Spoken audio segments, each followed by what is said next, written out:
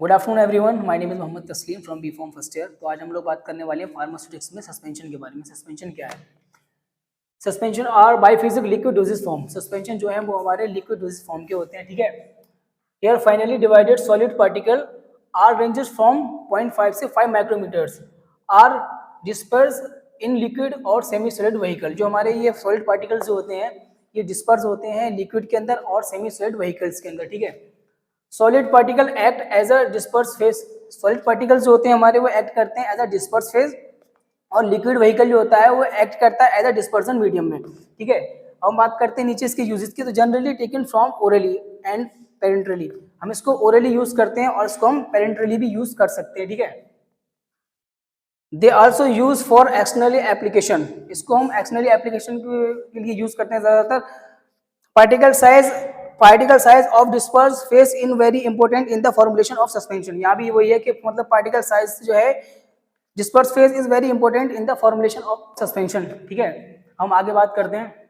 Next point है हमारा also help in penetration of solid medicaments.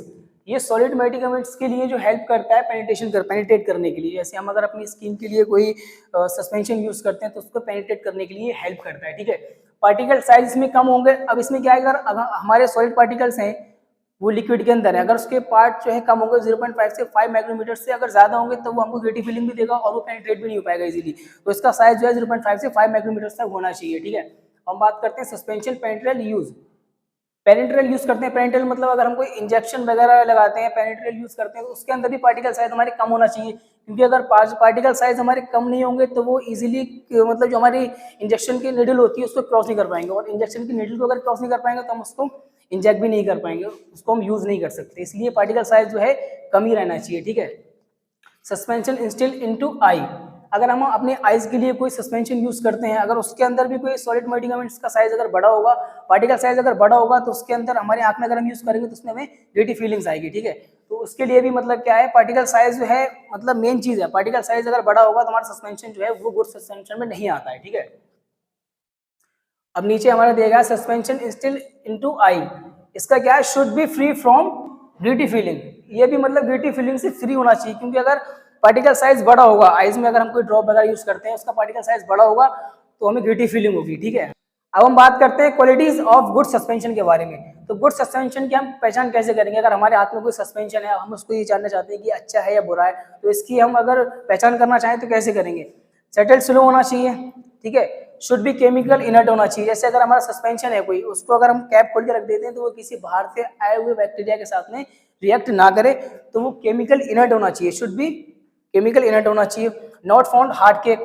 Suspension जो है हमारे, ऐसे अगर हम सस्पेंशन को रख देते हैं 1 महीना 2 महीना या साल भर के लिए, तो उसके अंदर जो हमारे सॉलिड पार्टिकल्स जो हैं वो हार्ड केक फाउंड ना करें, ठीक है। ये एक पहचान है अच्छे सस्पेंशन की, ठीक है।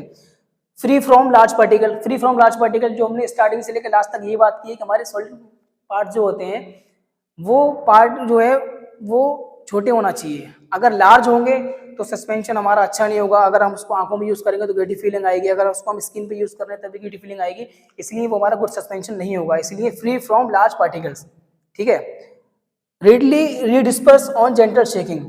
अगर मान लीजिए आपने कोई सस्पेंशन लिया, अब उसको रख दिया, अब उसका जो सॉलिड मेडिकामेंट्स जो है पार्टिकल्स हैं वो नीचे फाउंड हो गए, ठीक है। अब वो नीचे इसका फाउंड हो गया, अब उसको इजीली रीडिस्पर्स होना चाहिए ऑन जेंटल शेकिंग के साथ। अगर आप उसको मतलब स्लो शेक कर रहे हैं तो वो इजीली रीडिस्पर्स होना चाहिए, हार्ड केक फाउंड नहीं होना चाहिए। ये थी हमारी क्वालिटीज ऑफ गुड सस्पेंशन की। तो आज का हमारा टॉपिक था suspension. Thank you so much.